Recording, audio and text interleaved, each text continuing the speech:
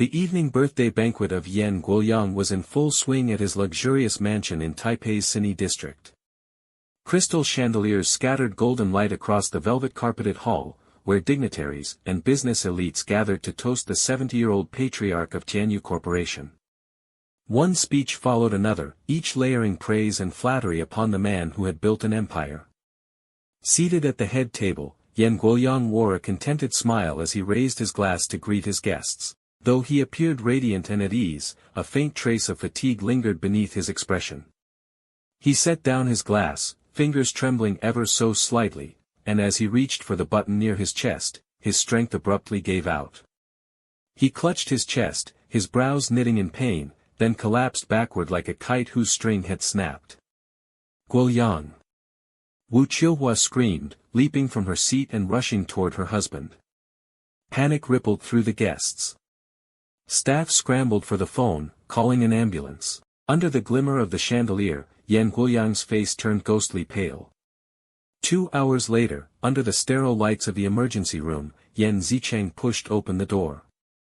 The eldest son, freshly returned from abroad, carried a cold, composed expression, though concern flickered in his eyes. He approached his mother. "Mom, what happened?" he asked in a low voice. Wu Qiuhua's eyes were red. She choked on her words, "Your father is gone, Zicheng. He promised he'd grow old with me." Zicheng clenched his fists. "I'm back. From today on, I will take over Tianyu. I won't let anyone else touch it." 3 days later, in Tianyu Corporation's boardroom, silence fell over the marble table. A sealed envelope lay at its center, the last testament of Yan Guoyang. The lawyer opened it under everyone's watchful gaze. According to the will of Chairman Yan, in addition to Mr. Yan Zicheng, there is another heir. Miss Lin Yue, daughter of the late chairman and his former lover, confirmed via DNA test to be his biological child, shall also inherit rights. A storm of whispers erupted. At that moment, a woman in a cream-colored trench coat stepped through the door. Her long hair flowed past her shoulders, and her sharp, composed eyes swept across the room. "I am Lin Yue," she said with clarity. "I'm here to claim what's rightfully mine." Wu Qiuhua shot up from her seat, pointing an accusing finger. "Who do you think you are?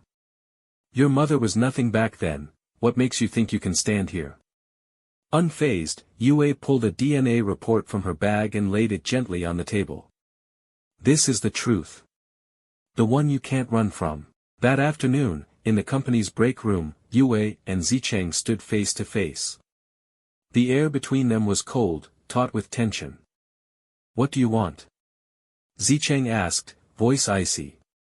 "I want justice for my mother," Yue replied calmly. "This company was built by my father's hands. I've been preparing to take it over since I was a child," Zicheng said, his tone edged with resentment. "And you? What do you have?" Yue smiled faintly, her gaze sharp as a blade. "I'm his daughter too. And I've spent years carrying the weight of what your family stole, climbing back up, piece by piece." That night, Yue arrived at the mansion her father had left behind. But as she stepped through the door, a glass of red wine was thrown at her, splashing across her chest. "You want to take my place? You're not worthy," came Wu Qiuhua's voice, echoing through the hallway. Yue paused, then wiped the wine from her clothes, lifting her chin. "You think throwing wine at me erases the fact that I'm Yan Guoyang's daughter," she said coolly. "What you really just threw away, was your own future." It had been 3 days since Yue moved into the villa her father had left behind. She thought it would be a symbolic gesture, her rightful return, but the scrutiny from the outside world was sharper than she had expected. Reporters camped outside the gates daily, and online forums buzzed with gossip, suspicion, and slander. Still, she didn't flinch. She had long been accustomed to standing alone in the eye of the storm. Early that morning, she arrived at the Tianyu Corporation headquarters dressed in a pale gray suit, her heels tapping softly against the marble floor as she walked through the main lobby. Employees murmured among themselves, some in awe, others in disdain. Yue merely smiled faintly, her gaze calm and unwavering.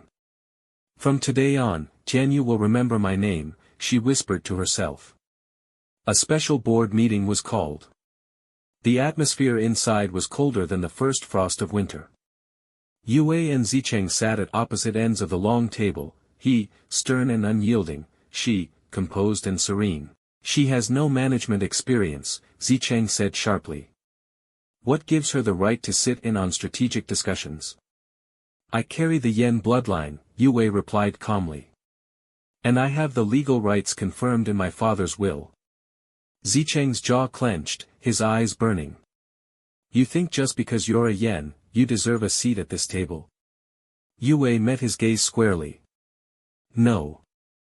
I'm here to remind you that I will no longer be forgotten. Back home, Yue sifted through her mother's old belongings. Among the letters and faded photographs, one yellowing image caught her eye. It was a picture of a little girl and a boy standing together, with faint writing on the back, Orphanage, 1998. Her eyes widened. That was the year she was 6, her mother's most difficult year.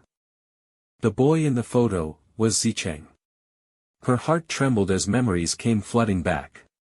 She remembered the boy who had shared his biscuits, who had helped her learn how to spell. She had thought he was just a kind stranger from the orphanage. Never had she imagined he was her half-brother. The next day, she entered Zicheng's office holding the photograph and a letter her mother had never sent. Do you remember this picture? She asked. Zicheng took it. His pupils shrank. This is the orphanage. You were that girl. Yue nodded. That year, you vanished. My mother and I were sent to a rural village. Do you know who arranged it? Zicheng was silent for a long time before he whispered, my mother. Yue's voice grew firmer. She told us your father abandoned us, but it was a lie. The one who feared our existence, was her. That night, a news report broke out. A recorded phone call revealed Wu Qiuhua conspiring with a journalist to fabricate stories, smear Yue and her mother. The story exploded across media channels, shaking Tianyu to its core. At home, Wu Qiuhua shattered a glass in rage. Lin Yue dared to strike first. This game is far from over. Meanwhile, Zicheng stood alone on the balcony, watching the city lights flicker below. A smirk tugged at the corner of his lips. So we're siblings. So what? This war is just beginning. Sunlight spilled through the hospital window. Yue sat beside the bed, her wrist wrapped in gauze, eyes locked on Zicheng, who lay before her. A strip of bandage covered his temple, his arm suspended in a sling. He looked pale, worn. Neither of them spoke. The silence hung in the room like the weight of water, heavy and unmoving.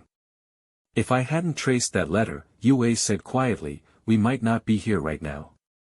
Zicheng lowered his gaze, saying nothing.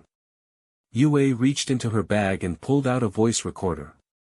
She pressed play. Faint audio emerged, snippets of a negotiation, the cold directive to cut a break line, a woman's voice familiar to them both. It was Wu Qiuhua. Your mother wanted me dead, she said, staring at him. How long will you keep protecting her? Zicheng clenched his fists. Conflict raged in his eyes, between loyalty and truth, between the mother he revered and the reality he could no longer deny. Meanwhile, the news exploded. New developments in the Tianyu inheritance battle, illegitimate daughter of former chairman narrowly escapes apparent attack. Shocking conspiracy suspected. At the Tianyu boardroom, Yue sat at the table with calm authority. She was no longer the outsider, her presence now as sharp and polished as a honed blade. I never intended to fight, she said. But after all this, I realized, if you won't let go, then I have no choice but to stand my ground. This time, it was Zicheng who stood. His expression was no longer cold, but solemn, even sincere. I once thought she came to take everything from me, he said. But now I know, she just wanted to protect what her mother was denied. She's not here to destroy Tianyu. She's here to make it whole again. The boardroom stirred with murmurs. The man who had once been the inevitable heir had just stepped aside. I support Lin Yue's continued involvement in company leadership, Zicheng concluded, taking his seat again. Yue turned to him, and for the first time, her eyes softened. That evening, police officers arrived at the Yen residence under a blaze of camera flashes. Wu Qiuhua was escorted out in handcuffs. She raised her head high and hissed, "Lin Yue, you won today. But you'll never be one of us."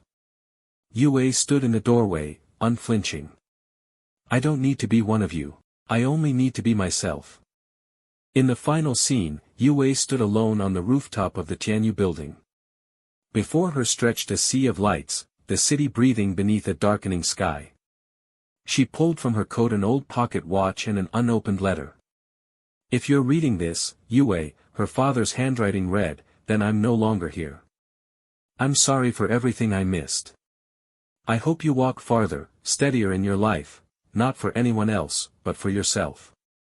She closed her eyes, tears glistening as she whispered, "Dad, I'll lead this company into the light." Elsewhere, Zicheng stepped out of the building, a travel bag over his shoulder. He looked back at the glowing name atop the skyscraper and murmured, "It's time I start my own path." Under the moonlight, secrets no longer held them back. What remained was not just a name, but a strength born from every scar they carried.